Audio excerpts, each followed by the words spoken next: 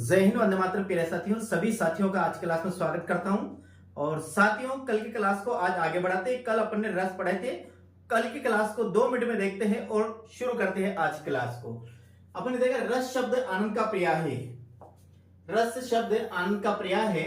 साहित्य के पठन पाठन श्रवण अथवा दर्शन से सहृदय सामाजिक को जो आनंद प्राप्त होता है साहित्य में, उसे ही साहित्य क्या कहा जाता है? साथियों, रस कहा जाता है। यानी कि यहाँ लिखा हुआ है कि साहित्य के पठन पाठन श्रवण अथवा दर्शन से दर्शन से सहृदय सामाजिक को जो प्राप्त आनंद प्राप्त होता है साथियों, उसे ही कहा जाता है, रस कहा जाता है। वैदिक साहित्य में रस के लिए साथियों किन किन नामों का प्रयोग किया गया है? जल कहा गया है, रस को द्रव्य कहा गया है, वीर्य का, सार, स्वाद, सुरा, शोणित और आत्मा भी कहा गया है। काव्य शास्त्रियों के अनुसार विभाव, अनुभव और संचारी भावों से परिपुष्ट रत्य आदि जो स्थायी भाव होते हैं उनको ही क्या कहते हैं साथियों? रस कहा जाता है। काव्य शास्त्रियों के अनुसार किसी विभाव, अनुभव और संचारी भावों से परिपुष्ट जो स्थायी भाव होते हैं उन्हीं स्थायी भावों को क्या कहा जाता है? रस कहा जाता है। यह बात ध्यान रखना। काव्य शास्त्रियों के अनुसार विभाव, अनुभव और संचारी भावों से परिपुष्ट रत्य आदि स्थायी भाव क्या कहलाते हैं? रस कहते हैं। रस को काव्य की आत्मा माना जाता है। इस बात का आप ध्यान रखिए साथियों कि काव्य की आत्मा किसे माना जाता है? काव्य की आत्मा रस को माना जाता है। और काव्य शास्त्र के जितने भी संप्रदाय है बाकी के, वो आप अलंकार संप्रदाय लो, ध्वनि संप्रदाय लो, रीति संप्रदाय लो या फिर वक्रोक्ति संप्रदाय, जितने भी और अलंकार जितने संप्रदाय, वो क्या है? काव्य रूपी इस शरीर के अंग है। और काव्य की आत्मा की बात की जाए तो काव्य की आत्मा साथियों किसे माना गया? रस को ही माना गया है। अब देखते साथियों, आगे बात करते हैं आगे और कौन कौन से हैं।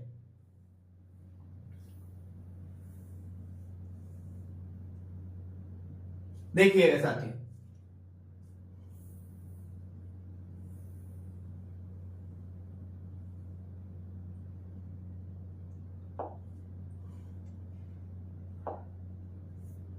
हम बात करें यहां पर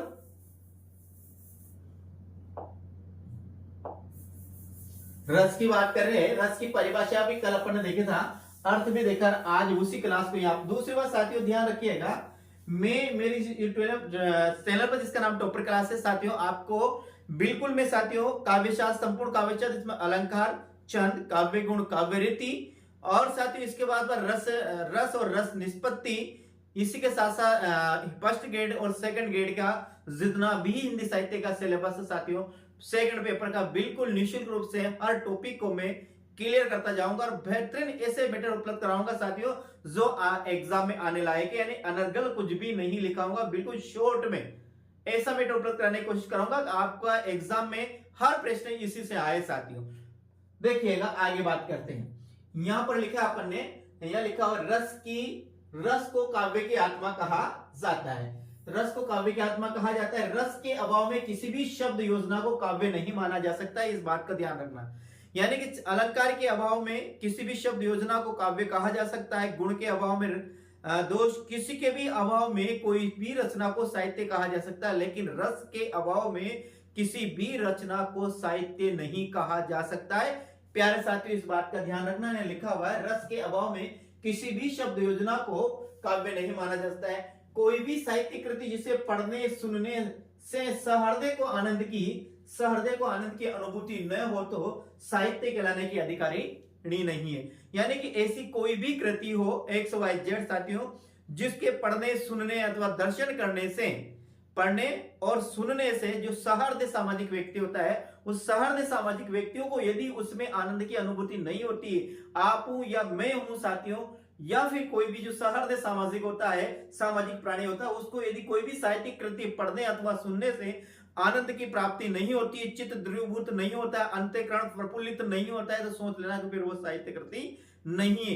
रस वहां पर होगा जहां पर मन अपना, चित्त अपना, अंतःकरण अपना द्रवीभूत हो जाते हैं, यानी कि पिघल जाए, आनंद विभोर हो जाए, आनंद से परिपूर्ण हो जाए, ऐसी जो रचना होती है उसे ही काव्य शास्त्र में साथियों क्या कहा जाता है? उसे ही काव्य कहा जा सकता है। आगे वाक्य आता है काव्य किसे कहते हैं? तो रस गंगाधर के रचयिता है जिनका नाम साथियों पंडित राज जगन्नाथ। ये एक रस गंगाधर एक रस ग्रंथ है साथियों, काव्य से संबंधित ग्रंथ है जिसका नाम है रस गंगाधर, जिसके रचयिता है पंडित राज जगन्नाथ। पंडित राज जगन्नाथ ने रस को परिभाषित करते हुए क्या लिखा है, ध्यान से देखिएगा, इस पंक्ति को याद करनी है साथियों। ऊपर है रमणीयार्थ प्रतिपादकम शब्दम काव्यम, क्या लिखा है, रमणीयार्थ प्रतिपादकम शब्दम काव्यम, अर्थात रमणीय अर्थ का प्रतिपादन करने वाले शब्द ही काव्य कहलाते हैं। यह है पंडित राज जगन्नाथ, जिनका ग्रंथ का नाम है साथियों रस गंगाधर के रचयिता पंडित राज जगन्नाथ है। और पंडित राज जगन्नाथ ने रस को परिभाषित करते हुए लिखा कि रमणीय अर्थ का प्रतिपादकम शब्दम काव्यम, काव्यम अर्थात रमणीय अर्थ का प्रतिपादन करने वाले शब्द ही क्या है साथियों, याद रखना। रमणीय अर्थ प्रतिपादकम शब्दम काव्य किसने कहा, तो रमणीय अर्थ प्रतिपादकम शब्दम जो काव्य है ये कहा किसने, पंडित राज जगन्नाथ ने कहा। ध्यान रखना साथियों, किसने कहा, पंडित राज जगन्नाथ ने कहा। रे से याद रखना, र और जे याद रखना, र जे, तो रे से तो बनेगा रमणीय अर्थ प्रतिपादकम और जे से बनेगा साथियों राज जगन्नाथ। तो रमणीय अर्थ प्रतिपादकम शब्दम काव्य में ये उक्ति किसकी है, तो आपको ध्यान रखना चाहिए साथियों, ये उक्ति किसकी, पंडित राज जगन्नाथ की है। रमणीय अर्थ प्रतिपादकम शब्दम काव्यम किसकी रचना है, पंडित राज जगन्नाथ की। रस को परिभाषित करने उन्होंने लिखा कि रमणीय अर्थ का यानी सुंदर अर्थ का, मन को प्रफुल्लित करने वाले अर्थ का जो बोध कराता है उसी को ही क्या कहते हैं, उसी को काव्य कहते हैं साथियों। यह लिखा है, एक बार पुनः देखिए, रस गंगाधर के रचयिता जिनका नाम है साथियों पंडित राज जगन्नाथ। पंडित राज जगन्नाथ लिखते हैं कि रमणीय अर्थ प्रतिपादकम शब्दम काव्य, रमणीय अर्थ का प्रतिपादन करने वाले शब्द भी क्या है, काव्य है। आगे बात करते हैं, एक और परिभाषा की बात करते हैं साथियों। तो यहां पर अपने एक परिभाषा और आती है, उस परिभाषा है साहित्य में रस की महत्ता को निरूपित करते हुए आचार्य विश्वनाथ ने लिखा है कि वाक्यम रसात्मकम काव्य, क्या लिखा है, ध्यान रखिएगा, वाक्यम रसात्मकम काव्य, ये देखिए अर्थात रस युक्त वाक्य ही क्या है, काव्य है। ये काव्य की परिभाषा किसने दी है साथियों, ये विश्वनाथ ने दी है। आचार्य विश्वनाथ ने लिखा है कि वाक्यम रसात्मकम काव्य, तो वाक्यम रसात्मक काव्य किसका, आचार्य विश्वनाथ का। और रमणीय अर्थ प्रतिपादकम जो कहा है साथियों, वो किसने कहा, वो पंडित राज जगन्नाथ ने कहा। एक बार पुनः आप कैसे याद रखेंगे, ये वाक्यम रसात्मक काव्य है, तो ये वे से ये वह है, और यहाँ भी विश्वनाथ में भी क्या है साथियों, वी है। तो इन दोनों को अपन याद रख सकते हैं, वी और वाह, यानी कि वाक्यम रसात्मक काव्यम किसने कहा, विश्वनाथ ने कहा। और न्याय रमणीय अर्थ प्रतिपादकम शब्दम काव्य किसने कहा, ये पंडित राज जगन्नाथ ने कहा। तो ये अपन को याद रखना, इसको न्याय आगे र और पीछे रखेंगे इसको जे। रे से बनेगा रमणीय अर्थ प्रतिपादकम शब्दम काव्यम और जे से बनेगा सदैव जगन्नाथ। तो पंडित राज जगन्नाथ ने कहा कि रमणीय अर्थ प्रतिपादकम शब्दम काव्य और वाक्यम रसात्मक काव्यम किसने कहा, ये वाक्यम रसात्मक काव्य कहा साथियों पंडित वाक्यम रसात्मक काव्य कहा आचार्य विश्वनाथ ने कहा है। अब आगे बात करते हैं साथियों, आगे अपना आता है। अब देखिए यहां पर बिल्कुल ध्यान से देखिएगा, आप पुनः आप ध्यान से देखिएगा।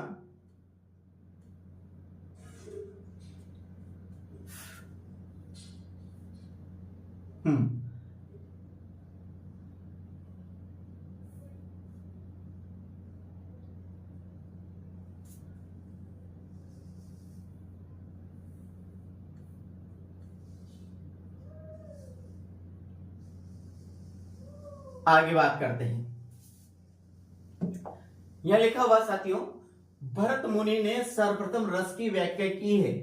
प्रश्न आ सकता है कि रस की व्याख्या करने वाले पहले आचार्य कौन है, पहले काव्य शास्त्री कौन है। तो आपको ध्यान रखना है, रस की व्याख्या करने वाले पहले जो आचार्य है वह है आचार्य भरत मुनि। और आचार्य भरत मुनि के ग्रंथ का शास्त्र का नाम तो आपको पता है कि नाट्य शास्त्र लिखा है उन्होंने। किसने, नाट्य शास्त्र आचार्य भरत मुनि का है। तो भरत मुनि ने सर्वप्रथम रस की व्याख्या करने वाले जो अपने नाट्यकार हुए, जो पहले काव्य शास्त्री हुए हैं साथियों, वे कौन है, तो याद रखना वह है आचार्य भरत मुनि।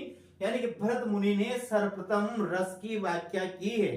पुनः याद रखिए, रस की व्याख्या करने वाले पहले कौन है, तो भरत मुनि रस की व्याख्या करने वाले पहले आचार्य है।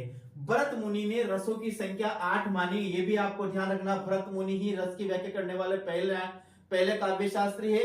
दूसरे, भरत मुनि ने रसों की संख्या कितनी मानी है, तो आपको यह प्यारे साथियों याद रखना है, भरत मुनि रसों की संख्या कितनी मानी है, 8 मानी है। एक बार पुनः मैं आपको याद दिलाता हूं साथियों, चैनल पर पहली बार तो चैनल को जरूर सब्सक्राइब कीजिए, साथ साथ बेल आइकन दबाकर ऑल पर प्रेस कीजिए, क्योंकि साथियों आपको यहाँ फर्स्ट और सेकंड ग्रेड की संपूर्ण हिंदी व्याकरण, काव्य शास्त्र, शिक्षण विधियां और एमए और बीए लेवल का जितना भी सिलेबस है साथियों, बिल्कुल मैं निःशुल्क रूप से पढ़ाने की पूरी कोशिश करूंगा। बस आपका साथ बने रहे। तो जल्दी से फटाफट आप जितने भी साथियों तक ये मेरी क्लास पहुंची, इसको आप शेयर जरूर कर दिएगा, ज्यादा से ज्यादा शेयर करिएगा, वीडियो को लाइक करिएगा साथियों, और चैनल पर पहली बार तो चैनल को जरूर सब्सक्राइब करिएगा। बात करते हैं आगे बढ़ते। भरत मुनि ने, यह है भरत मुनि ने रसों की संख्या 8 मानी है। अब ध्यान रखना, भरत मुनि ने रसों की संख्या कितनी मानी है? 8 मानी है। वर्तमान में हम रस कितने मानते हैं? वर्तमान हम रस मानते हैं साथियों 9 मानते हैं। तो बाकी एक और रस है, वो कब आया? आगे देखिए, भरत मुनि के ग्रंथ जिसका नाम है नाट्य शास्त्र। भरत मुनि का ग्रंथ है और भरत मुनि के ग्रंथ का नाम है साथियों नाट्य शास्त्र। तो देखिए यहाँ क्या लिखा हुआ है, भरत मुनि के ग्रंथ नाट्य शास्त्र के टीकाकार, टीकाकार है टीकाकरण, टीकाकार ने लिखा, टीकाकार लिखना साथियों, टीकाकार आचार्य रुद्रट, जिनका नाम है आचार्य रुद्रट ने शांत रस को नवा रस माना है।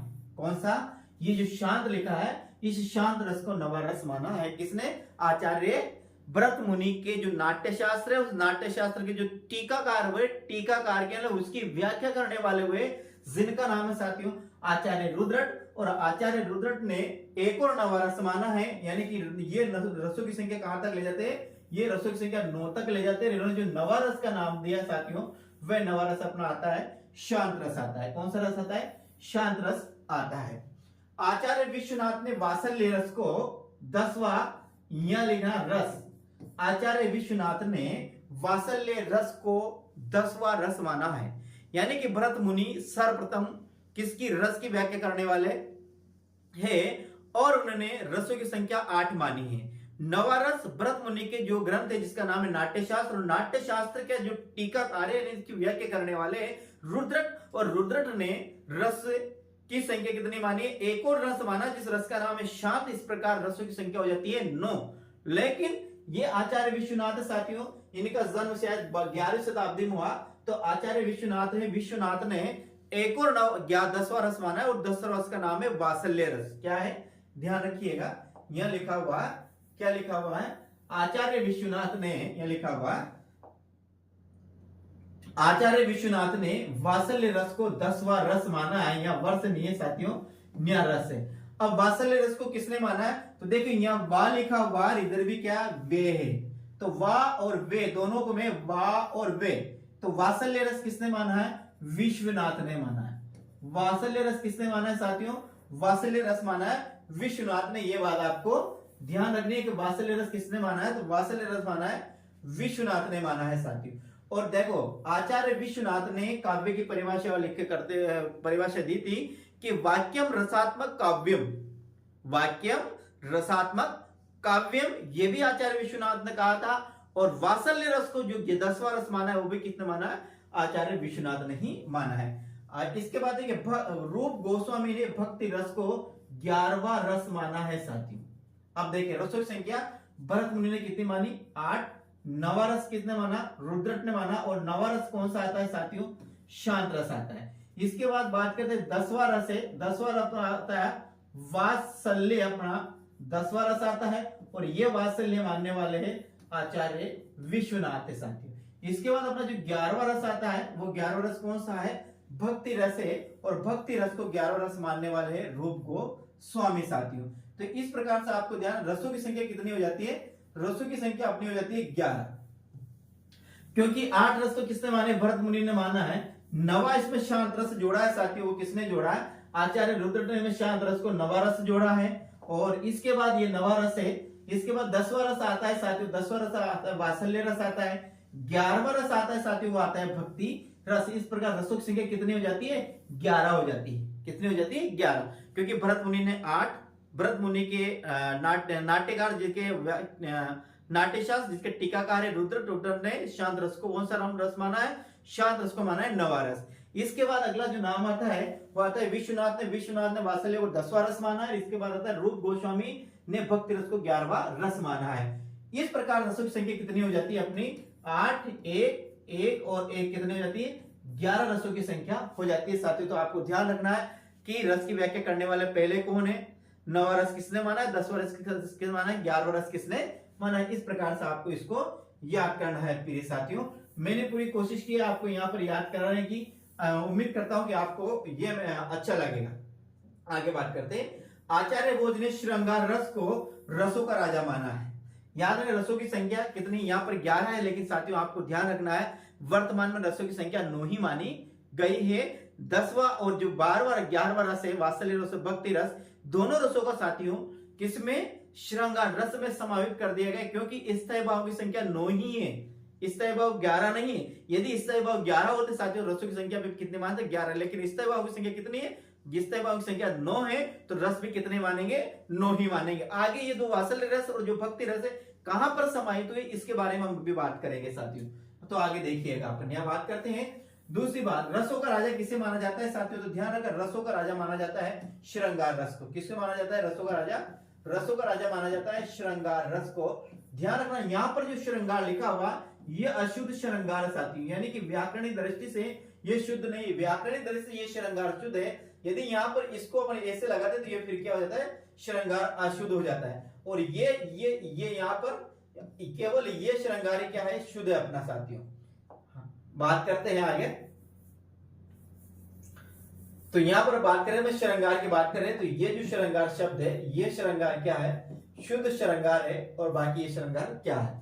तो बात करते हैं श्रृंगार रस, रसों का राजा श्रृंगार रस को कहा जाता है, और श्रृंगार रस को भी रसों का राजा किसने कहा है, तो ये भी ध्यान रखना साथियों, आचार्य भोज हुए, इस आचार्य भोज ने श्रृंगार रस को रसों का राजा नाम दिया गया है, और वर्तमान में श्रृंगार रस को ही रसों का राजा माना जाता है। आगे बात करें, श्रृंगार रस को रसों का राजा कहा जा सकता है क्योंकि रति भाव की व्याप्ति संसार के समस्त प्राणियों में होती है। इस बात का ध्यान रखना कि श्रृंगार रस को रसों का राजा क्यों कहा जाता है, श्रृंगार रस को रसों का राजा इसलिए कहा जाता है कि रस की जो रति की, क्योंकि श्रृंगार रस का जो स्थायी भाव है वो रति है, श्रृंगार रस का जो स्थायी भाव है वो रति है। रति का अर्थ होता है विषम लिंगी आकर्षण, जहां पर विषम लिंगी आकर्षण होता है वहीं क्या, और रति भाव होता है, और वो श्रृंगार रस का स्थायी भाव भी रति है। तो ये रति भाव की व्याप्ति संसार के समस्त प्राणियों में है, इसलिए साथियों ध्यान रखना श्रृंगार रस को रसों का राजा कहा जाता है।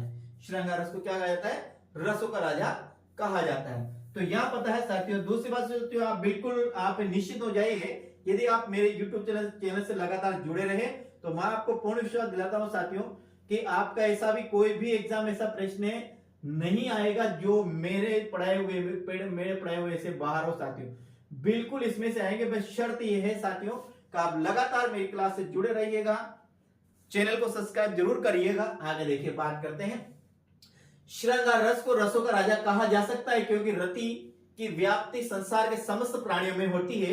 भवभूति ने करुण रस को एकमात्र रस माना है। अब देखो रसों की संख्या अपनी कितनी है, 8, 1, 1 और 1, 8 भरत ये माने भरत मुनि ने। नवा रस माना है साथियों, नवा रस का नाम है शांत रस, और शांत रस को किसने माना है, ये माना आचार्य रुद्रट ने, और ये होता है अपना शांत रस। 10वां रस आता है साथियों अपना वात्सल्य रस आता है, और वात्सल्य जो रस है ये आचार्य विश्वनाथ ने माना है। 11वां जो रस आता है साथियों वो अपना आता है 11वां रस भक्ति रस। कौन सा आता है, भक्ति रस, और भक्ति रस को 11वां रस माना रूप गोस्वामी। कौन से, रूप गोस्वामी। इस प्रकार रसों की संख्या कहां तक हो जाती है, 11 तक हो जाती है। लेकिन साथियों एक और आचार्य हुए, वो आचार्य का नाम क्या है, उन आचार्य का नाम है भवभूति। क्या है, भवभूति। ये भवभूति ने केवल करुण रस को ही एकमात्र रस माना है। वह कौन से आचार्य है, वह कौन से काव्य शास्त्री है जिन्होंने मात्र एक रस माना है, तो वह भवभूति। और भवभूति ने करुण रस को, जिसका स्थायी भाव शोक है, करुण रस का स्थायी भाव शोक है, तो करुण रस को भवभूति ने मात्र एक रस माना है साथियों। इस बात को आपको ध्यान रखना है कि अभिनय गुप्त ने, भवभूति ने किसको, भवभूति ने करुण रस को एकमात्र रस माना है। अभिनय गुप्त ने शांत रस को सर्वाधिक महत्व दिया है। हमने देखिएगा ये प्रश्न है साथियों, ये थ्योरिकल प्रश्न है, आपको ऐसे याद ही करना पड़ेगा, इसकी कोई ट्रिक नहीं याद करने की, आपको बिल्कुल ऐसे याद है। मैं आपको जो मेटेरियल उपलब्ध कराऊं साथियों, मैं कहता हूं कि पूरे आपको कहीं भी पूरे हाँ, हिंदी शासित जितने भी राज्य साथियों, इस प्रकार का मैटर आपको कहीं नहीं मिलेगा, निःशुल्क रूप से उपलब्ध जो मैटर करा रहा हूं साथियों।